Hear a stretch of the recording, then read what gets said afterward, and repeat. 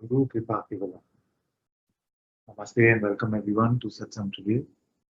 Guru Shri Muji Baba ki Jai.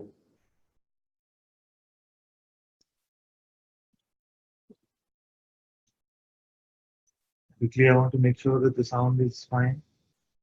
It's not good.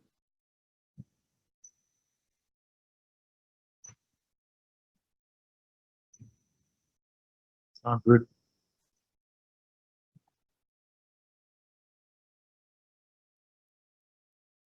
Like underwater.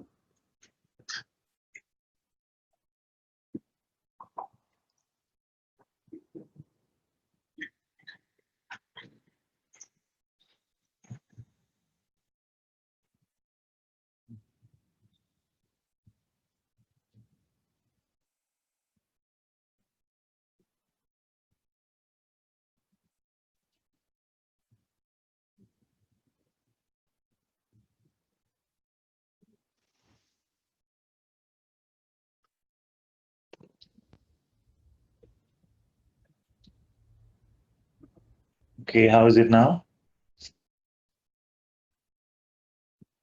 Not good. It's good now? Okay.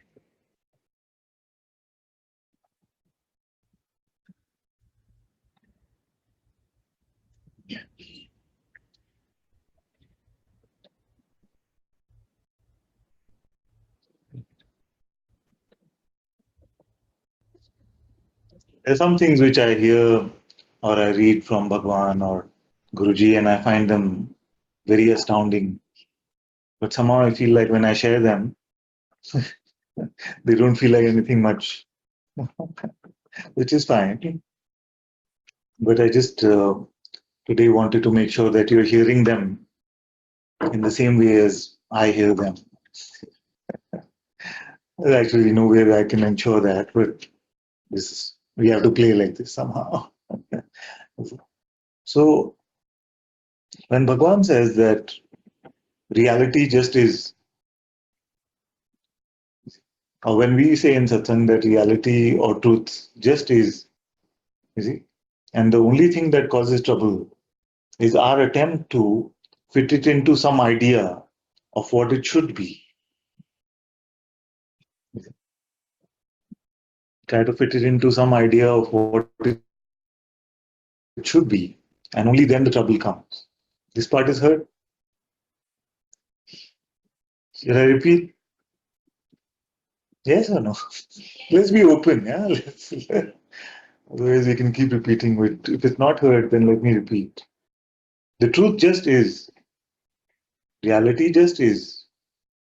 You see, and note that it is not being defined whether we are talking about phenomena, whether we're talking about non-phenomenal. None of these distinctions. Just is. You see. Now, the only trouble is when we try to fit it into our idea of what it should be.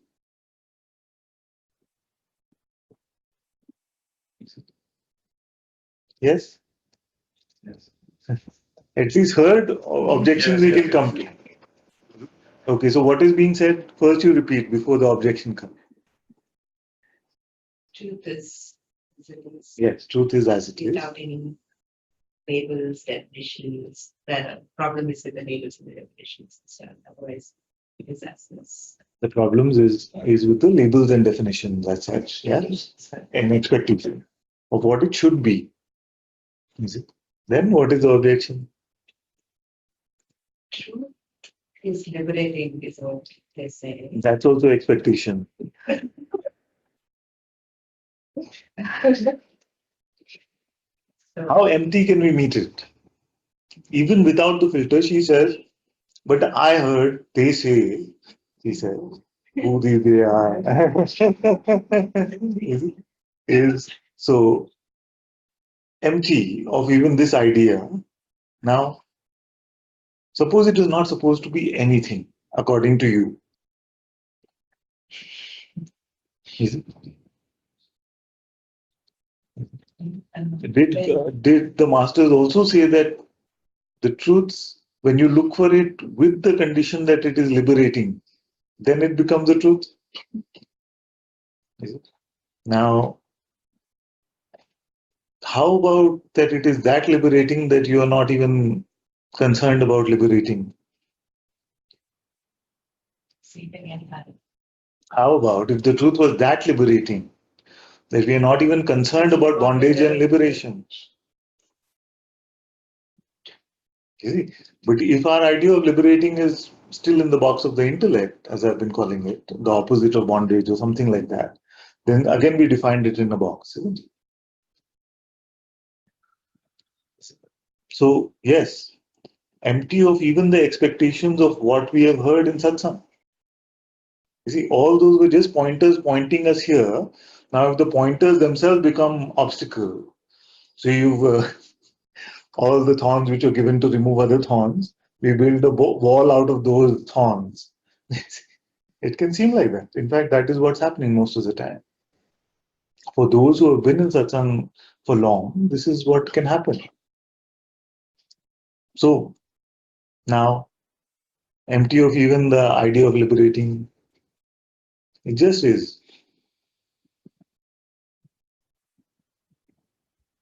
With no burden of your expectation or your idea of what it should be like.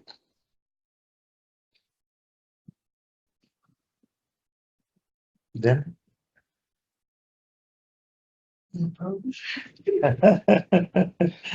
is it? And did we go searching for whether there is problem or not? Not even that, is it? Not even that.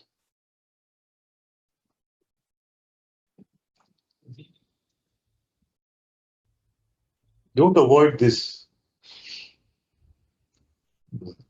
because even behind our spiritual ideas, true spirit or true spirituality can be avoided.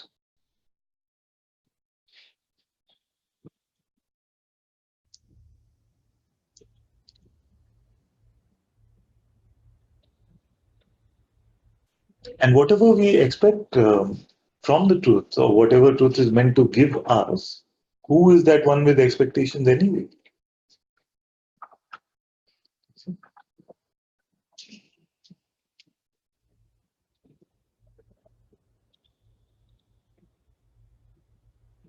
So if reality is just what is,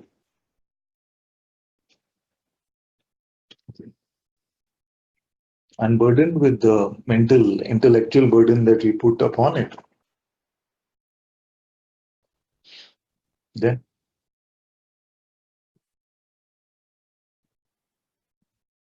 you realize.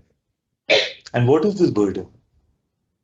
This is another thing. So I heard from Guruji a long time ago that nothing in the world has inherent meaning. You see? Now, mostly the mistake we end up doing is when we hear this, we provide a new meaning. Because empty of meaning, now we have provided a new meaning which is meaningless. But he did not say that the world is meaningless, because that is also too much meaning. You see? Just empty of our interpretation.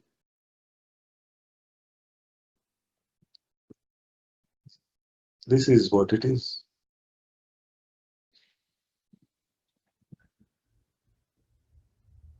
So if meaning is not inherent, what is inherent?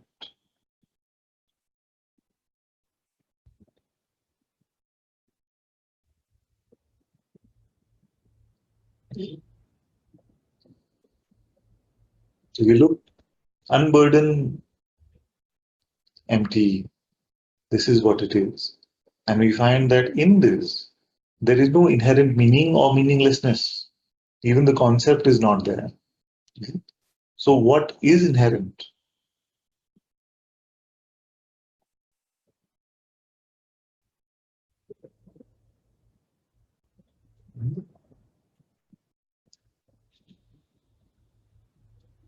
Business.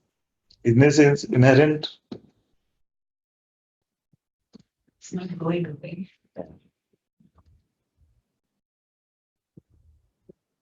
What were you looking for?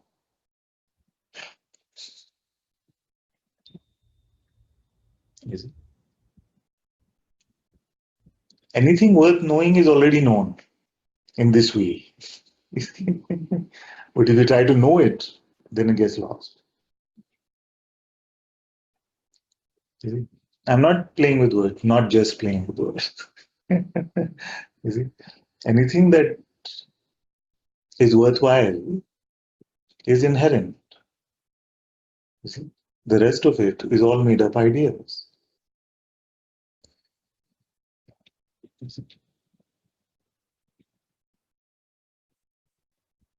So if you put it in the box of even Satchitananda, you see, I may get in trouble for saying things like that. You see, even if you put it in that mental box, conceptual box of Satchitananda, you see, then we are missing out the Satchitananda.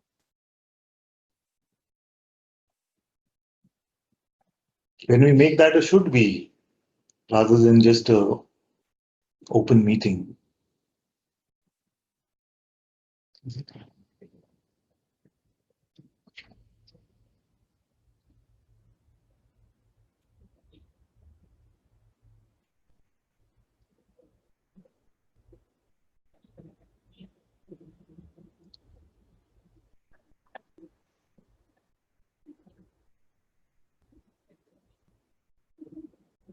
The owner of the should be's itself is made up.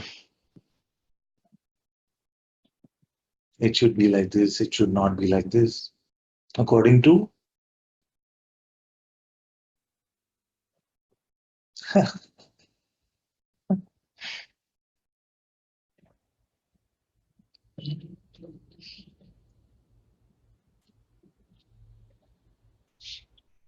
There is another one thought that comes up to, when it really also goes to it. Yeah.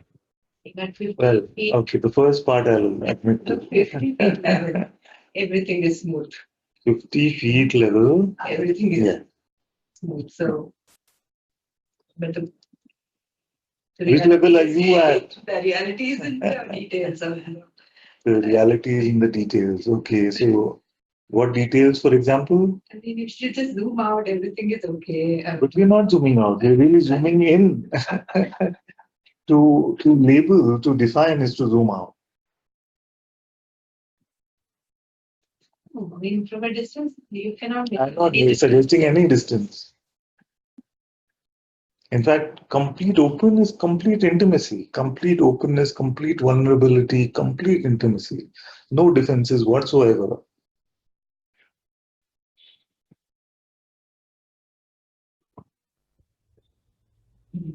What is the distance I'm suggesting?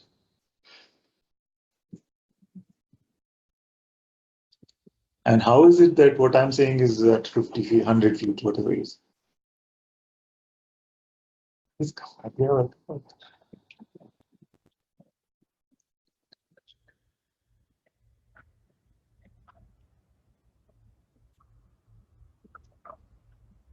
When all labels are dropped, all definitions are dropped, all expectations are dropped.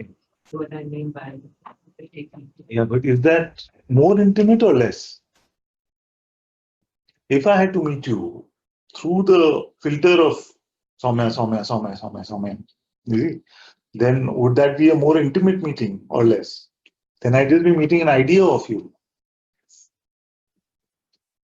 You see, if I had to come to this meeting saying, oh, Sangha, yes, then how is the meeting? You see, I'm just like, Sangha should be like this, Sangha should not be like this. You see, then I'm just meeting the concept of Sangha, but I'm not meeting. You see, so it is the labels which create a distance and lack of intimacy, a lack of openness.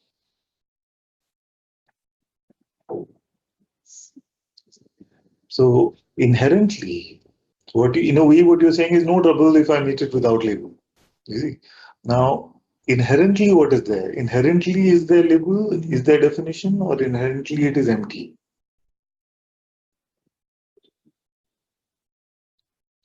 Okay. Inherently, it is empty. You see, this is what Guruji said. You see, the world is empty of inherent meaning.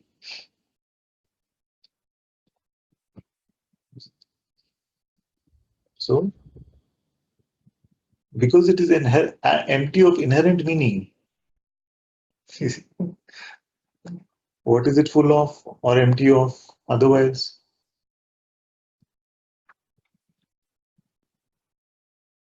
Here, our mind cannot operate. Is it? Because the meaning machine is the mind intellect thing. Is it?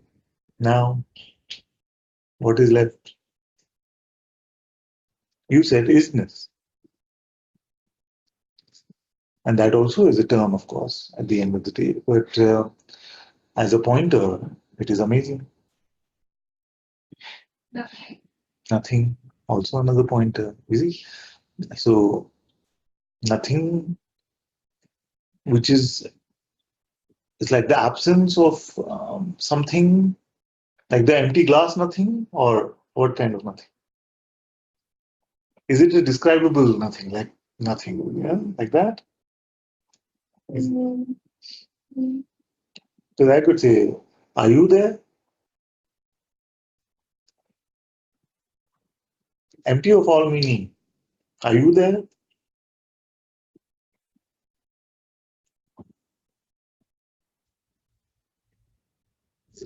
So this reality, which is unchanging, is there.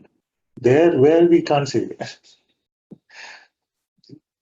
Here words are difficult, so I'm just going to provisionally use some and don't make tattoos out of them. So now, empty of any concept and meaning, even description of this and that, or this way and that way, should be, should not be, all of this. What is it that remains? You say isness, you say uh, nothing, you say awareness, oneness.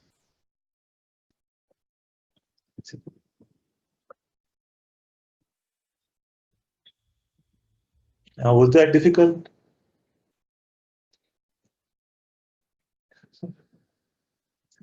As you start thinking about it, I'm sure you'll come up with three reasons why it was difficult, or how you will not be able to hold on to this and past and future ideas. But just for now, was there any difficulty?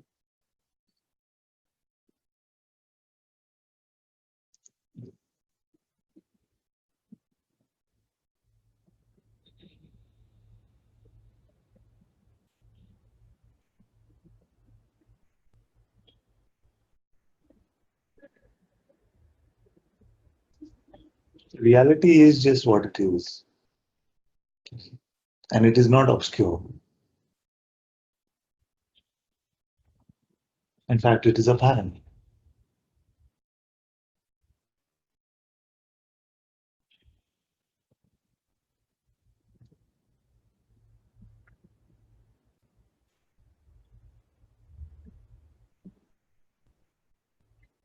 It is what it is, and it is not obscure. In fact, it is apparent.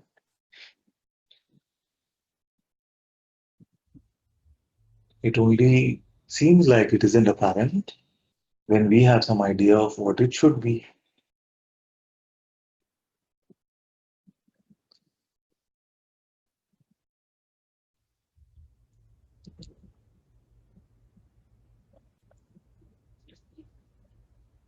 What are we actually, in most of humanity, what are we actually doing?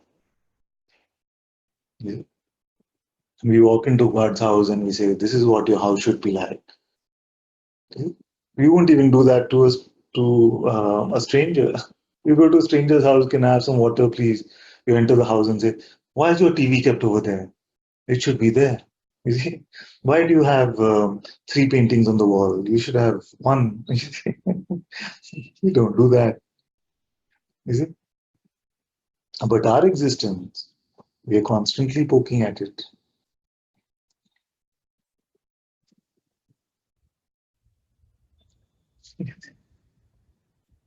It should be like this, it should not be like this. Whose house is this?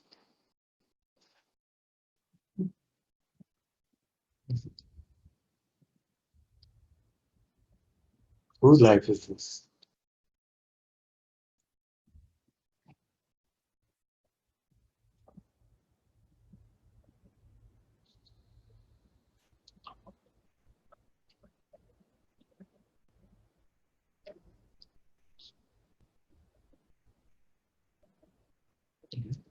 So one tip I want to give all of you is that all of you, at some time or the other, have had a spiritual experience. You see? Now, that spiritual experience is bothering you, whether you realize it or not. You see? Because you are trying to meet even this, what I'm saying, just so empty of all expectation with an expectation of that. Saying, okay, now if I just follow this, will I come to that? But because that was it, seemingly. You see?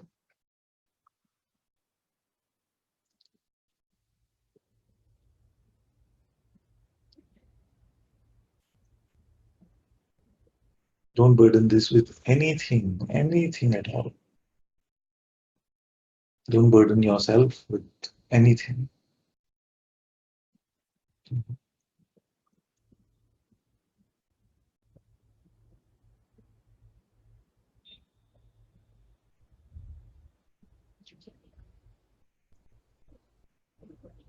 So,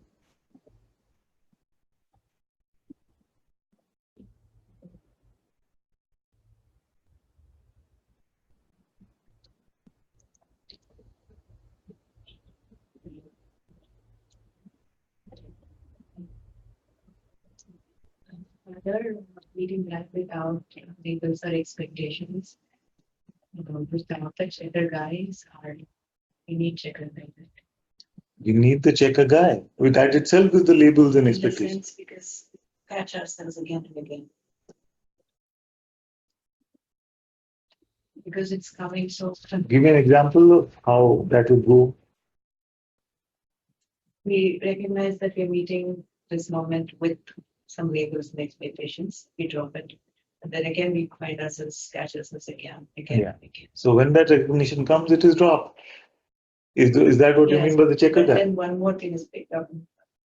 In the sense that, do you mean by the checker guy as what I say, that the one who's saying, okay, now are you meeting your life unlabeled or labeled?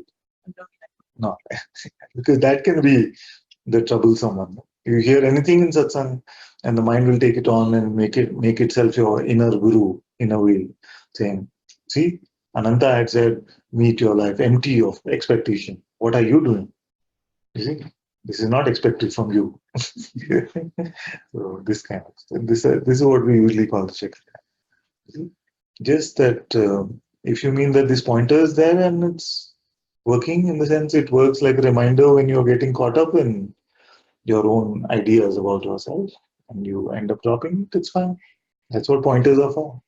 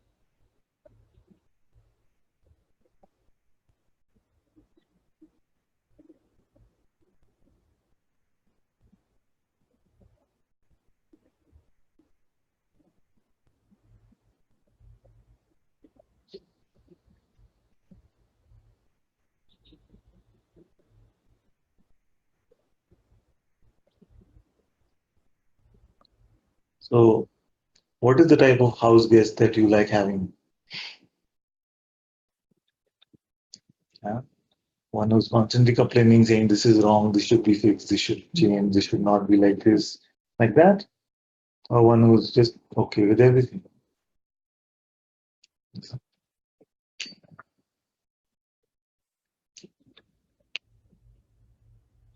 You see? And again, I'm speaking of the inner attitude or position, not what you may be saying outwardly, because outwardly you may be in a role where these things have to come out in this way, you see.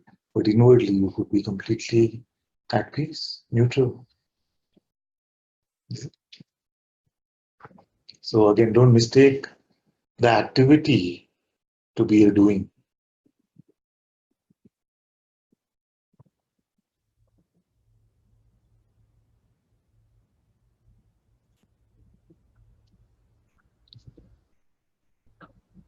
Like I can say to you that, and I hope I'm speaking with honesty, that inwardly there is complete openness at this moment here, is it? With no expectation of change or something has to happen.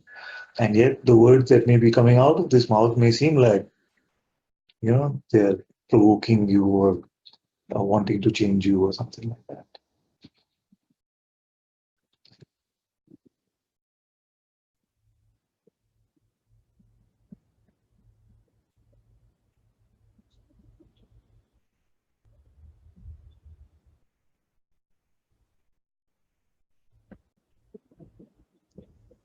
When did we sign this contract anyway that God is going to give us a life or a world according to what our mind's idea of it, according to what we think of it? Remember signing this contract? I don't remember signing such a thing.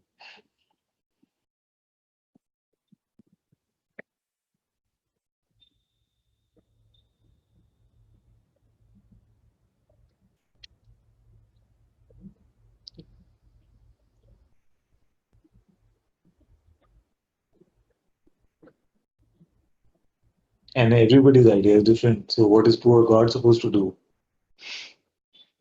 Have an election every week? What do you think the world should be like? Everybody takes a vote. Like that?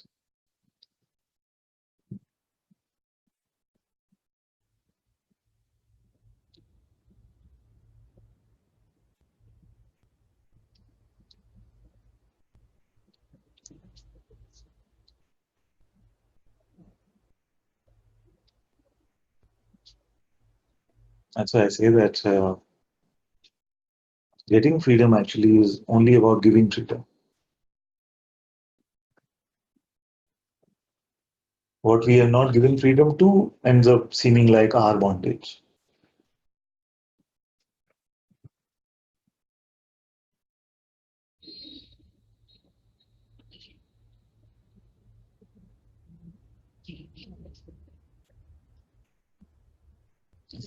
And whatever is inherent, that is the only thing, quote unquote thing, which is of value anyway. And that which is inherent cannot be taken from you or given to you. Nothing real can be threatened, as it is said.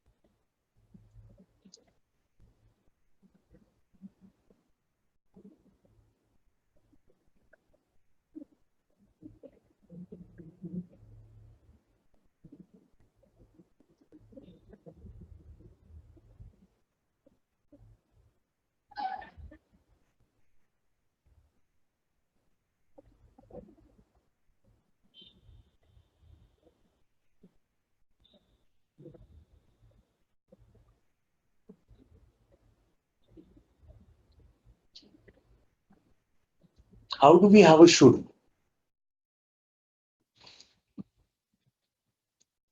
On what basis do we have a should?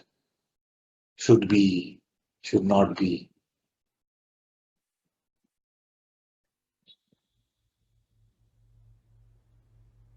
Huh?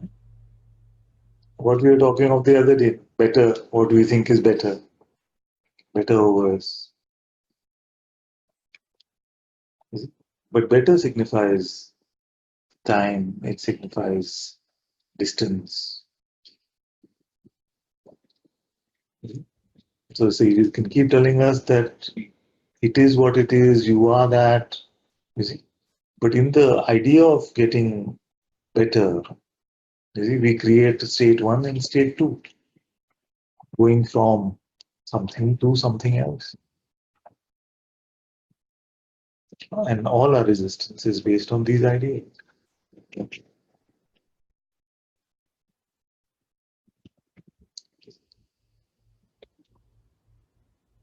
So finding the truth is super easy. In fact, super easy is also too much. Easy.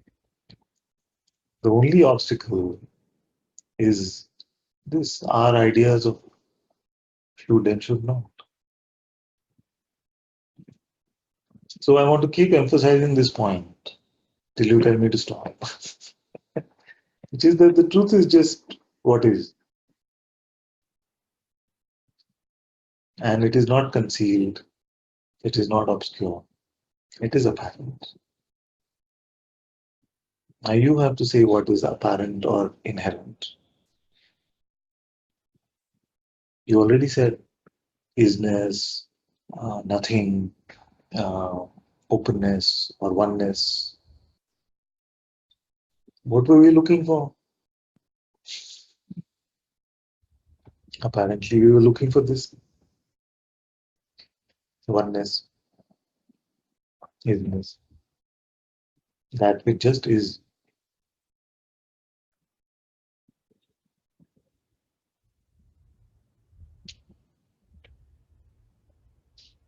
Now, what should happen? What should happen? Huh? Now that you find isness, what should happen?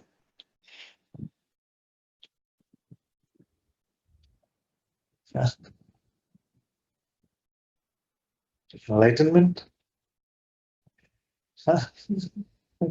So, enlightenment is no different from the finding of it already. So, enlightenment is already inherent anyway.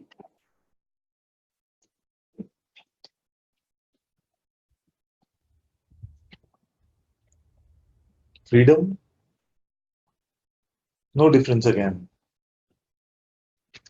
Liberation, truths, enlightenment, all same things. And truth just is, freedom just is, liberation just is, enlightenment just is.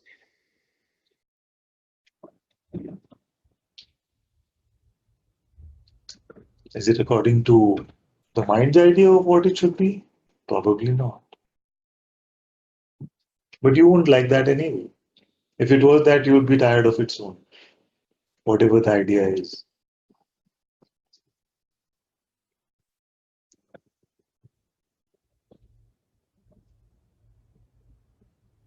I talked about flying in a plane. How long is it interesting?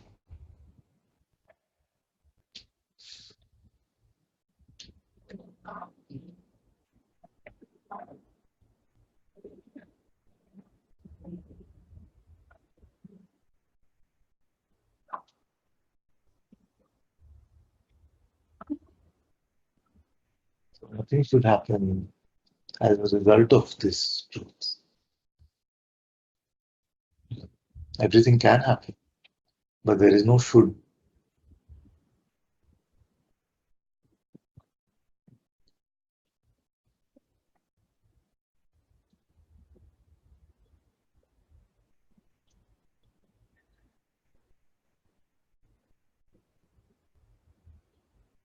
Empty of these ideas of, okay, now truth is inherent, got it. What is this? Isness, oneness, freedom, awareness. Okay. So now the mind will say, okay, so then what? Or so then, so what? So nothing.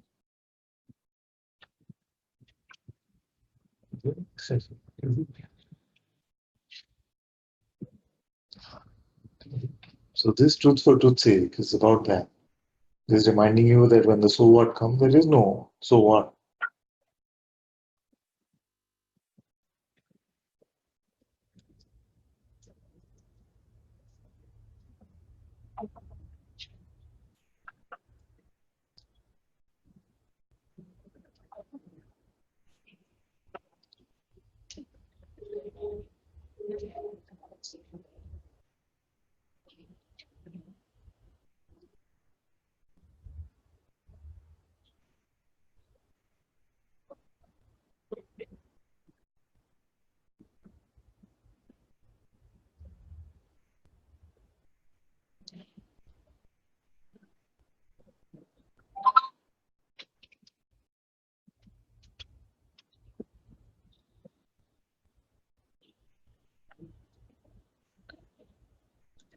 One Maharaj said that we experience coolness. I'm reading. One Maharaj said we experience coolness from waist down when we stand in the Ganges, and the upper body experiences scorching heat of the sun at the same time.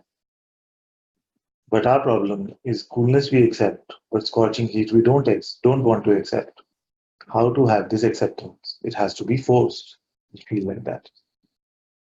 Yeah. Have this acceptance. Like how you had it when you were a child.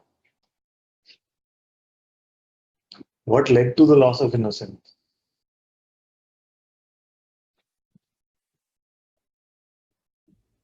The idea that you can do something to change. The idea that you can do something. Some idea. The idea of especially desire. I want and I don't want. I want this, but I don't want that. And most primarily, in a way, the idea of distinction between the two.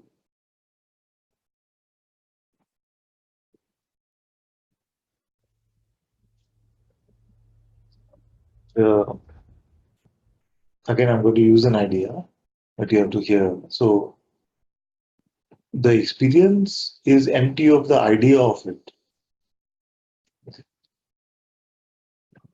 Let's use the term provisionally. Pure perception of it is not dependent on the idea we have of it. Is it? And in pure perception, there is no trouble. Is it? So if the water was too cold and the running out happens, fine. If the sun is too hot and you go into the shade, it happens, it's fine. But we are not saying yes, yes, no, no, good, good, bad, bad. This is why my life is like this. I want more cold, cold. I want less hot, hot. These kind of things. Right? Is it? And why I said provisionally we have to say these things is because ultimately even the idea of perception is just an idea. And ultimately even the idea of ultimately is just an idea. So you don't have to struggle with all of this stuff. That's why I'm saying.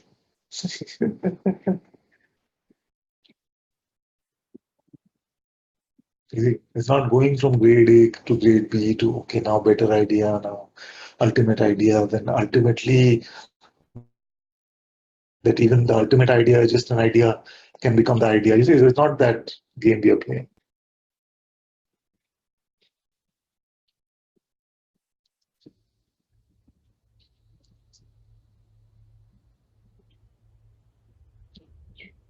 Then another one says so true about this spiritual expectations and making a benchmark out of the clear, vibrant, transparent states. I see this benchmark still active here at times. Yes, forget clear, vibrant, transparent, and state. The commas you can keep.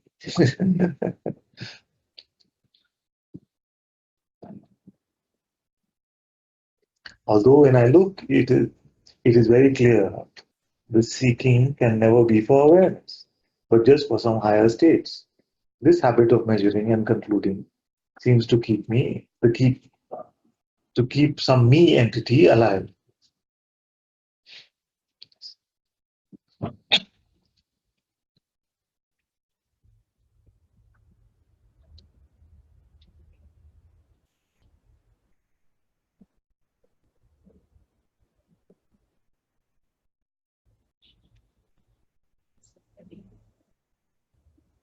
If I give all of you the option, do you want to sit just like you are? Or you want to sit with a 10 kg weight on your head?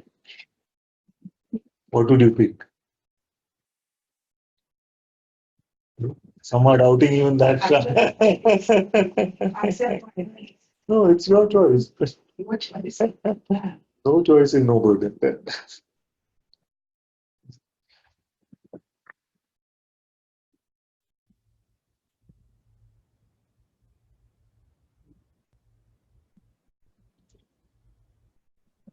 So I'm saying that you're empty and free now. The seller of this weight is coming to you. How do you want to play?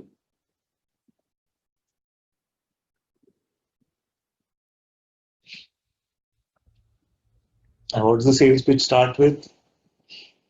But But how will I live? How will I run my life? What will the future have for me?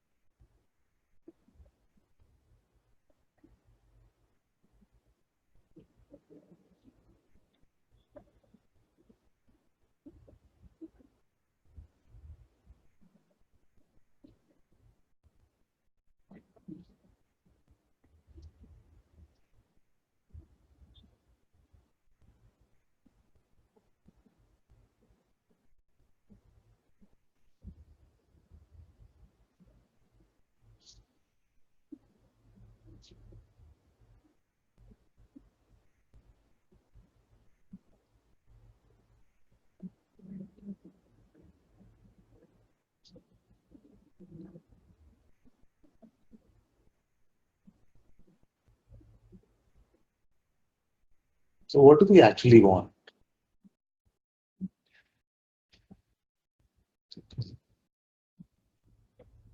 What is it that we actually want?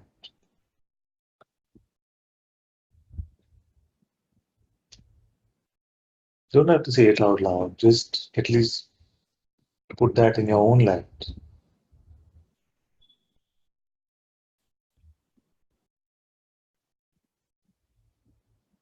Is it something, is truth something that you want so that something will happen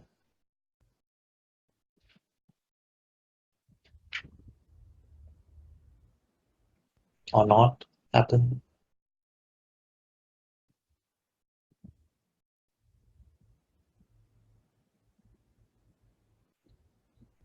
God, Guru, Self, whatever term we use, you want it because it has the promise of some byproducts?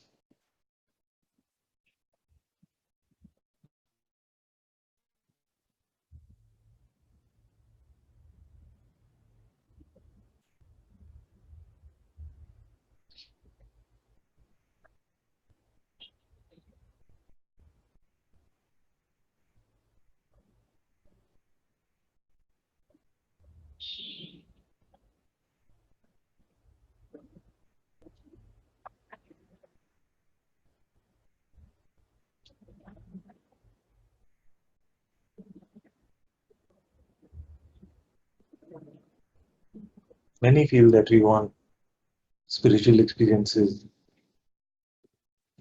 So, is this whole the same old paradigm of pleasure and pain?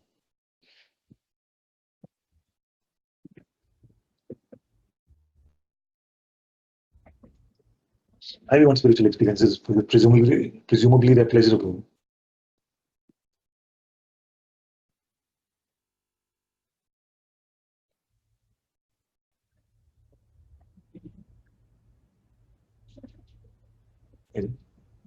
Or do we want them so that at least we can seem like we're getting away from the experience of the drudgery of our life?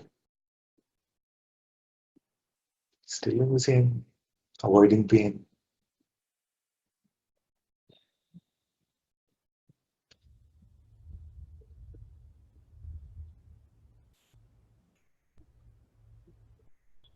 If it is truth for truth's sake that we want, then it is here.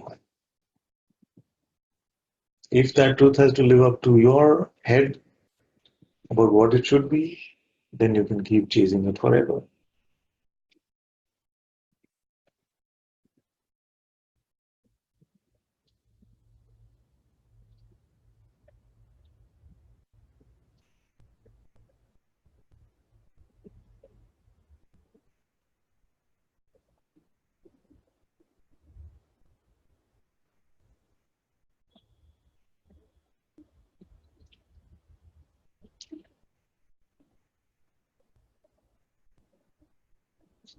So the problem really is not in finding the truth, but the problem, if there is one, is in what that should do for you.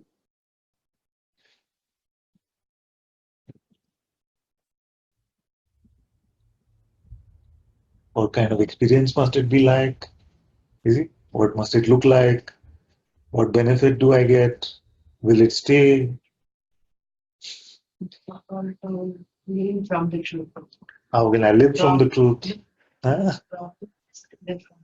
The problem is to live from the truth. But we didn't even get to that point yet. Empty of even the expectation that I have to live from it.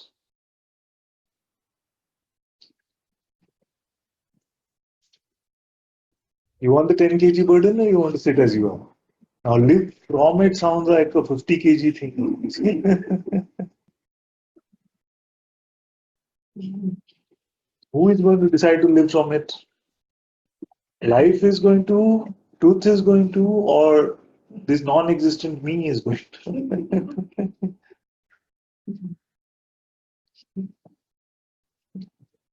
It's just this example of having worked so hard or got used to carrying the load, and I just feel like what I have to live like, say,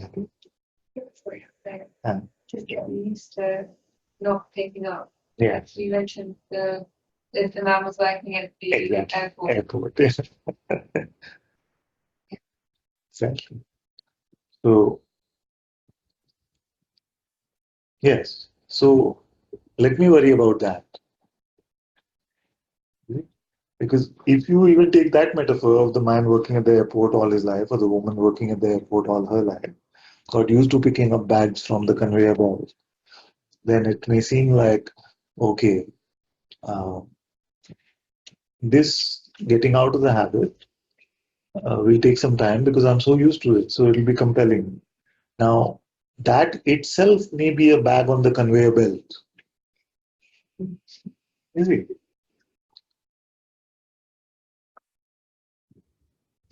Is it the bag which says, yeah, you're used to picking me up, it'll take some time. That's the label on the bag. Sneaky bag. Sneaky bag. A sneaky bag company called the Mind.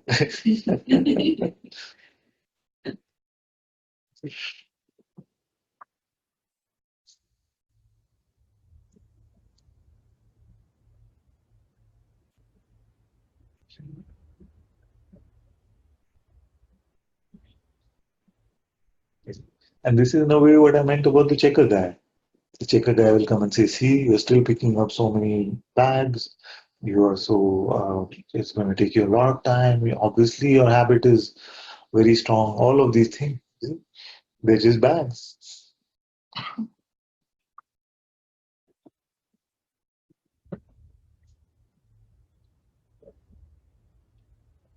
Every version of reality is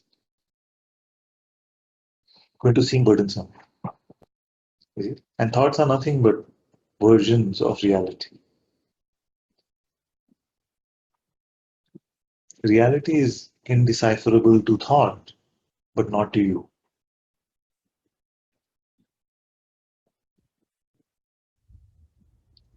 Reality is fully apparent to you. You are it.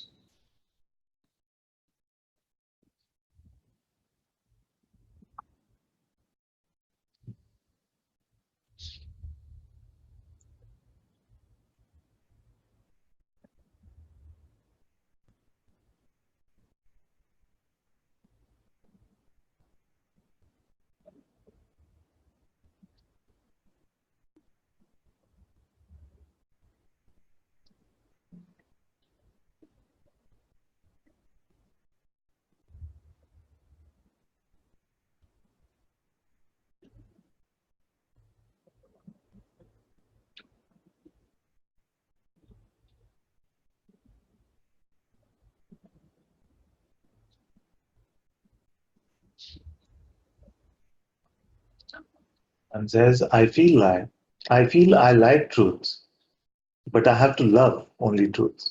For that I seek your grace. Feels it is not 100%. I love only truth, come what may. It's not 100% that this is true. That's what it feels like to you. So some feeling of incompleteness.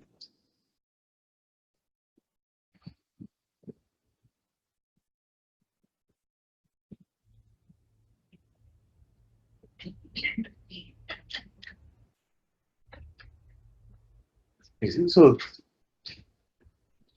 the idea is not to pick up unworthiness or guilt about it in any way. You see? It is just to bring your attention so that you can notice what may be lurking behind our intentions and our ideas about truth. And your noticing is more than enough.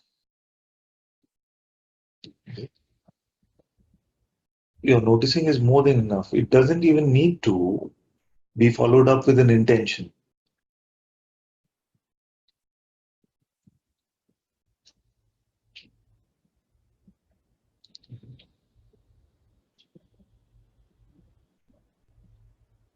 So if I ask, so what is it actually that you want?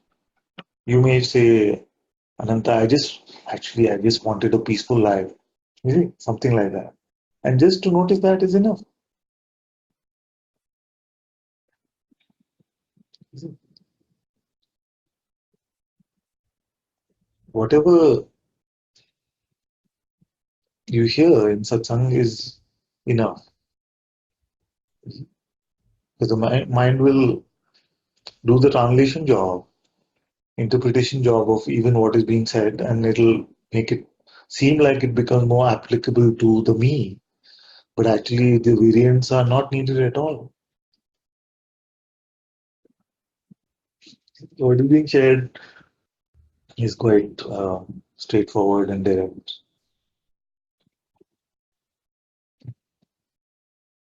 And this is again different from how we are used to learning because we are used to learning by we are advised that we must see, okay, how does this apply to me? It's like here it is just spontaneous. A question is asked, the answer will come. There's nothing that you have to really get involved with in that way. It doesn't need that sort of intervention.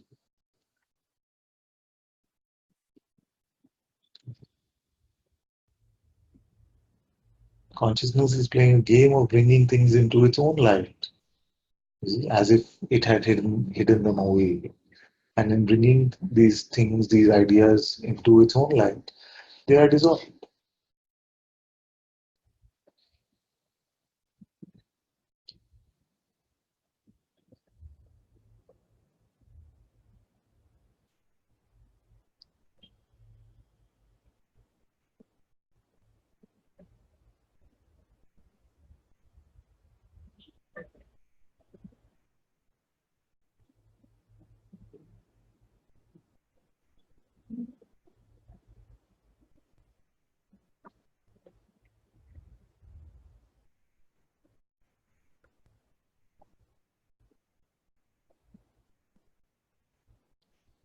To paraphrase what we've been saying, truth has no obligation to live up to your standard of what it should be.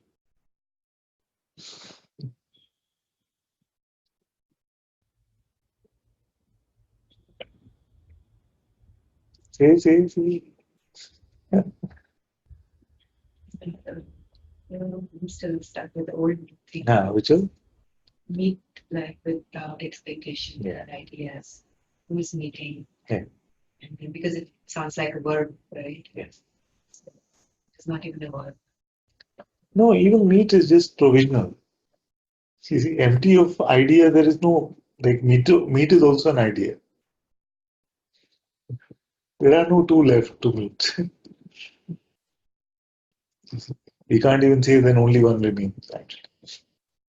Even one is an idea.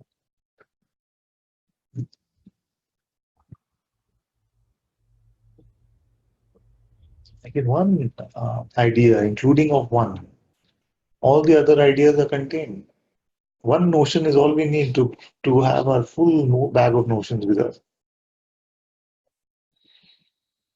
Now, let's take an example.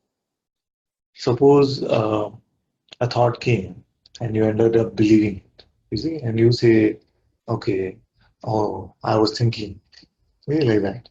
How did you make that evaluation that you were thinking? To say that you were thinking already needs an understanding of how you know you were not walking or singing or feeling, is it, or breathing.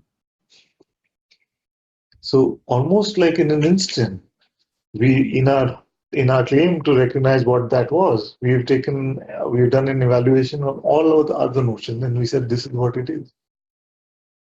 Okay? That's why one notion is not just, we can say, connected, but in a way contains every other evaluative notion that we have.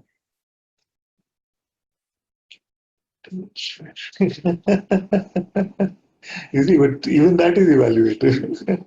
Too much in relation to what? Only our other notion.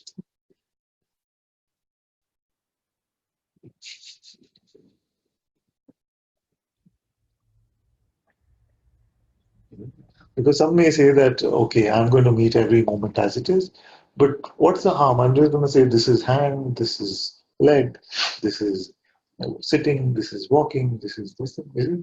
Now, every term, you see, contains every other term because it is evaluative. It has meaning only in terms of the difference it has from everything else.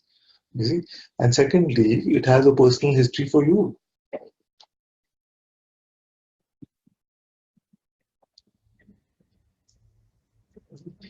The way you will say thinking is very different. You go out on the street and say thinking, what do you mean by thinking?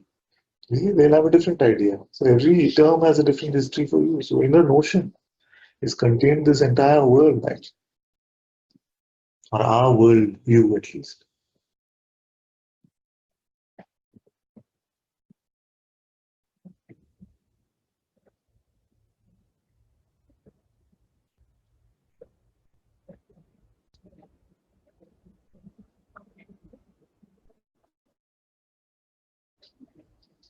Can a notion have a meaning independently?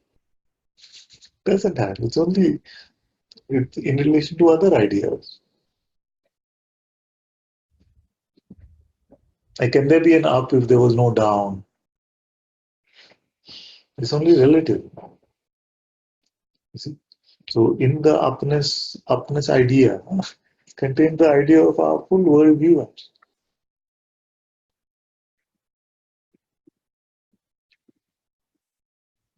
And especially our ideas of right and wrong and should be, should not be, better and worse. Can I expose stuff? Yeah. Habit to tendency to overanalyze. To maybe in conversations to look back on a conversation and like the response or what I've said, and then playing that over. And do what with it? Think on it. To think about it, and then Oh, is it like you think about it and like, that was great, what a joyous moment we had together? no, sometimes it's nice. Yeah. A lot of Mostly. time it's not that they aren't nice, Yeah. but it's more like a worry that like, should I have said it? Said this, or this is not what I actually meant to say, and guilt, yeah. So good, you notice it is good. Yeah.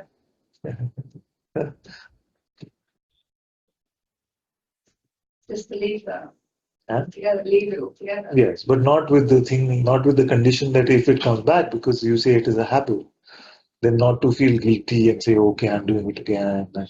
Why can't I just leave it? But sometimes it feels believable that I should actually say to the person, I'm sorry for that. Yeah. Right. I would be like that. So how are you saying now what you're saying? Past memory. Yes, you know this? In the sense that how are you using your mouth now? It just happened. So once we see that actually all activity is like this, just activity, and there is no individual doer of them anyway. Then this sort of burden eases out.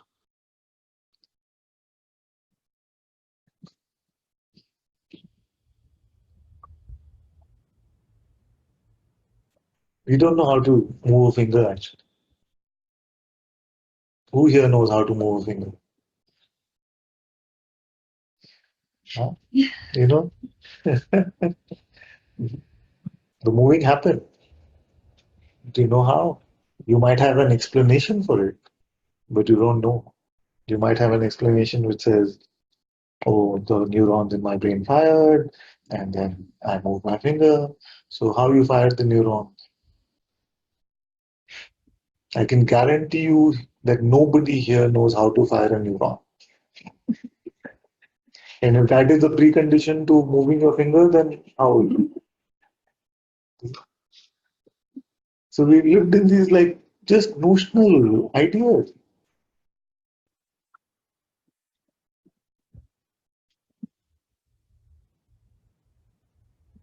Okay. And The idea of good and bad and right and wrong are deeply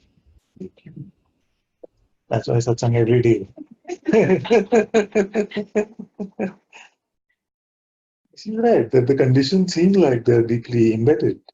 You see, if it was just like this, then you say, MG, finish, you're free to. I'm saying every day. You see? Now, in this human existence, it seems like just like the condition was believed over a period of time, it was bought and bought and bought and bought and bought. Then even the letting go seems to be like that.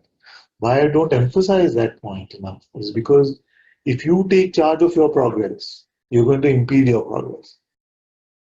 Even if you believe in the notion of your progress. So I just want you to find it like this. Leave your progress up to me. You see? Because once you put yourself on that progressive spectrum, then you can keep progressing. Still, then what I mean by that is you still believe yourself to be that limited entity which is progressing, and that is what you have to progress out of in a way. So every time you get on it, you're believing it first. So you find it finger snap. Let me worry about whether you're progressing or not.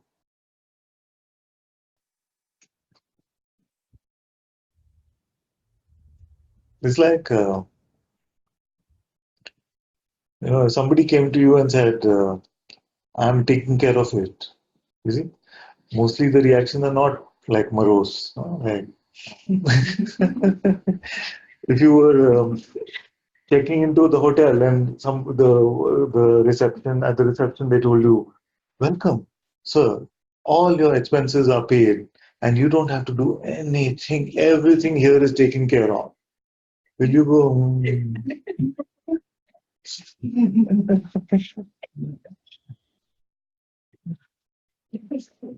You just enjoy the moment. Suppose it's like that. Satsang, okay? You just enjoy the moment. Don't pick up any burden. It's like,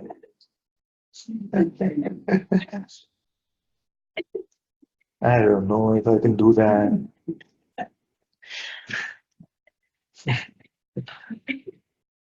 I'm so used to not being in the swimming pool. No.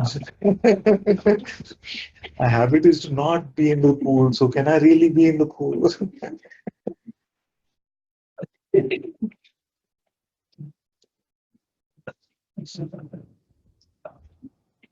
I'm so used to cooking all day. I don't know whether I can enjoy your meal. No?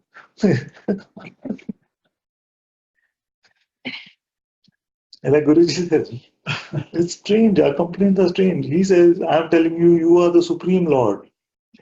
Really? And you say, no, no, but little on me.